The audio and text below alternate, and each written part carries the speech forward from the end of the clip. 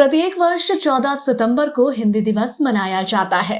केंद्र सरकार की आधिकारिक भाषा के लिए संविधान सभा ने 14 सितंबर 1949 को निर्णय लिया था। भारत में अधिकतर क्षेत्रों में हिंदी भाषा बोली जाती थी, इसलिए हिंदी को राज्य भाषा बनाने का निर्णय लिया गया था। 1953 से पूरे भारत में 14 सितंबर को प्रतिवर्ष हिंदी दिवस मनाया जाता है। ये संविधान की भाग 17 के अध्याय के अनुच्छेद 343(1) में वर्णित है। संघ की राज्य भाषा हिंदी और लिपि देवनागरी का निर्णय लिया गया।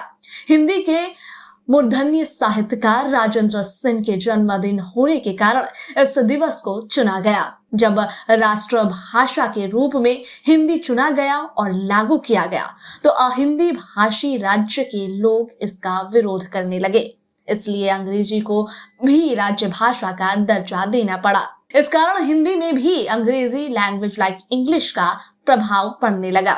आज हिंदी के प्रति सम्मान और दैनिक व्यवहार में हिंदी के उपयोग करने की शिक्षा दी जाती है। हिंदी के प्रति लोगों को प्रेरित करने हेतु भाषा सम्मान की शुरुआत की गई है। ये सम्मान प्रतिवर्ष हिंदी भाषा के प्रयोग एवं उत्थान के लिए विशेष योगदान देने वाले को दिया जाता है। हिंदी भाषा को कुछ और दिन याद रखें, इस कारण राष्ट्रभाषा सप्ताह या फिर पखवाड़ा का भी आयोजन होता है। बोलने वालों की संख्या के अनुसार अंग्रेजी और चीनी भाषा के बाद हिंदी दुनिया में तीसरी सबसे बड़ी भाषा है। वर्तमान में हिंदी के कई शब्द प्रचलन से हट गए और अंग्रेजी के शब्द ने उसकी जगह ले ली है। लोग और सरकार दोनों ही इसके लिए उदासीन दिखते हैं। हिंदी तो आज अपने घर में ही दासी के रूप में रहने को मजबूर है।